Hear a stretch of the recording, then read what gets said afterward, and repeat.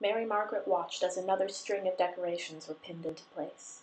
Her class were helping her to decorate one of the wards she volunteered on at the main hospital to bring a bit of color and cheerfulness to the otherwise drab wards. She was quite sure Dr. Whale only agreed to it because she smiled at him. He probably would have done the same for any other woman who asked.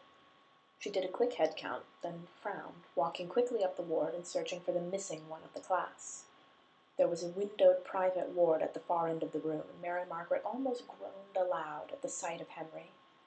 He was sitting beside the bed of the man known only as John Doe, a thoughtful look on his face. She walked up the ward quickly and opened the door.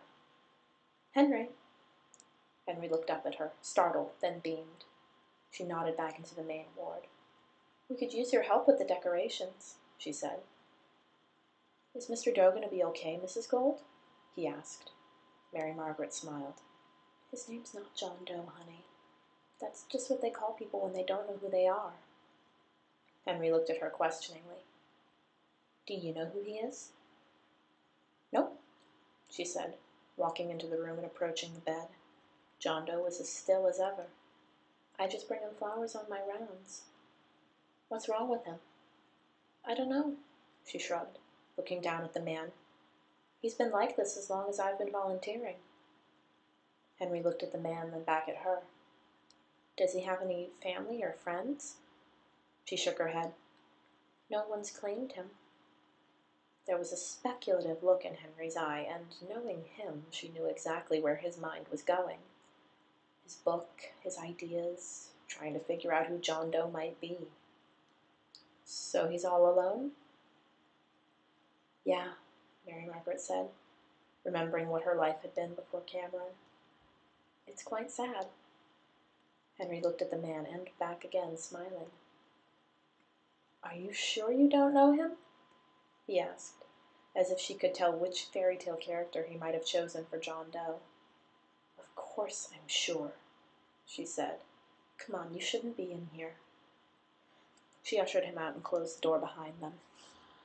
The exchange didn't cross her mind again until Emma came knocking at her door late that afternoon. Cameron was still at the shop, and she was quite happy to have some company for a while. Emma sat at the kitchen table, one foot tucked under her as Mary Margaret made some hot chocolate. "Henry told me about the coma patient at the hospital," she said, accepting the mug with a grateful smile. Mary Margaret sat down too. "I could see he was thinking," she admitted. "Does he have a theory about who our poor John Doe is?" "Oh, yeah," Emma said, wincing. "He has an idea." "Who?" Emma looked at her over the rim of her hot chocolate. "Prince Charming," she said, her eyes fixed on Mary Margaret's as if gauging her response. Mary Margaret's own mug stopped short of her lips, and she frowned, setting it on the table. "The Prince Charming?" she said, remembering Henry's theories. "And if I'm Snow White, then he's meant to be—" "Your true love," Emma said, a hint of apology in her voice. "My true love?" Mary Margaret echoed, then laughed self-consciously. "Well, I don't think Cameron's going to take the news too well." She picked up her mug and took a sip. "Really, he thinks he's Prince Charming?" Emma nodded ruefully. "Maybe because he can't work out who your husband is?" "Cameron?"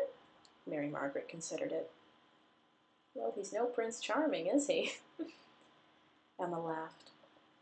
"I didn't want to say it," she said. "I mean, he's a nice guy, and you two are a great couple, but no, definitely not Prince Charming material. I always figured Prince Charming would be taller."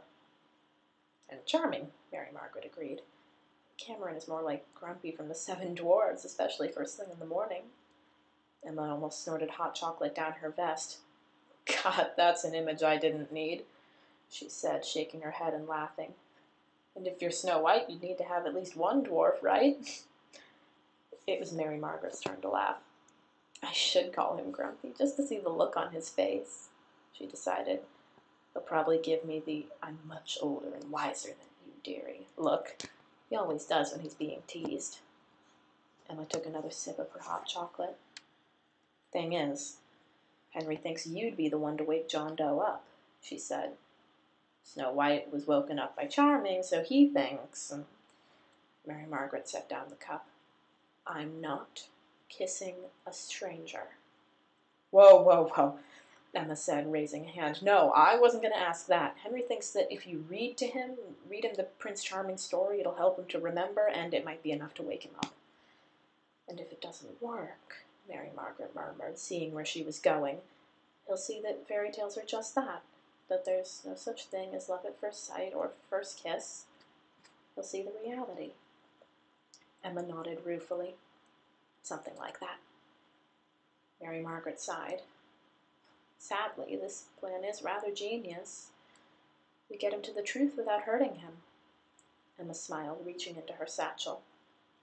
I told him, she said, pulling out Henry's book, that we will all meet for breakfast tomorrow at Granny's, and you will give a full report. Mary Margaret looked down at the book. What harm could it do?